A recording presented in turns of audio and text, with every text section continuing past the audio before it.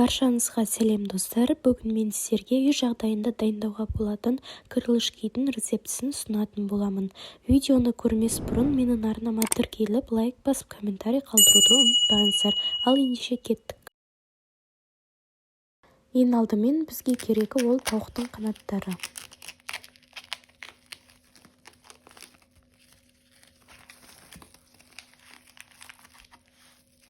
Келесі кезекте тауықтың қанаттарын бірнеше бөлшектерге бөлеміз. Керек емес жерін кесіп алып тастаймыз.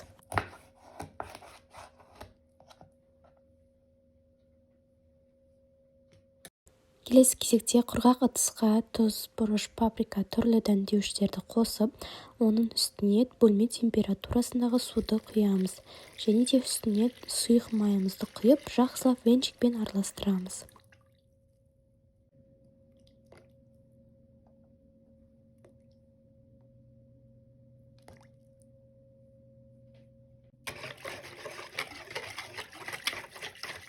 Келесі кезекте осы сұйық қоспаның үстіне тауық қанаттарын салып, жақсылап қолмен араластырамыз. Және де бетін жауып, тоңазытқышқа 3-4 сағат көлемінде қалдырамыз.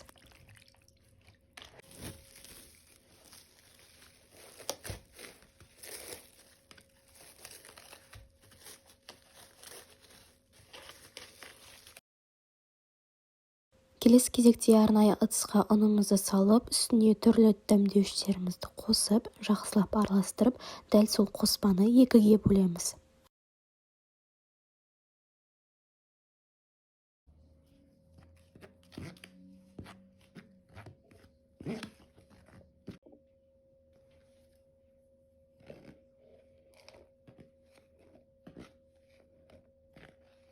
Екіге бөліп алғаннан кейін екіншісіне жұмыртқа саламыз. Және де кішкенеден су құя отырып, жақсылап венчикпен араластырып, сұйық қоспа шығарамыз.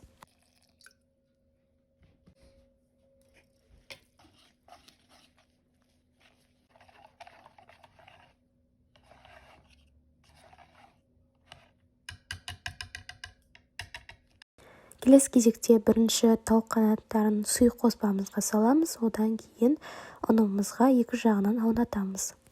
Барлығын дәл осылай видеодағыдай жасап шығамыз.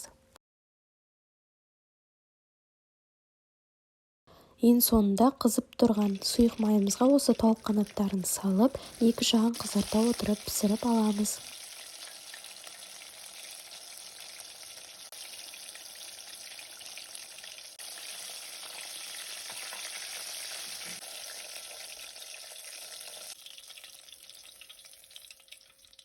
Осымен біздің тауық қанаттарынан дайындалған крылышкиіміз дайын. Міндетті түрде менің рецептім бойынша дайындап көріңіздер, өте керемет болып шықты. Менің арнама тіркеліп, лайк басуды ұмытпаңыздар. Назарларыңызға рахмет.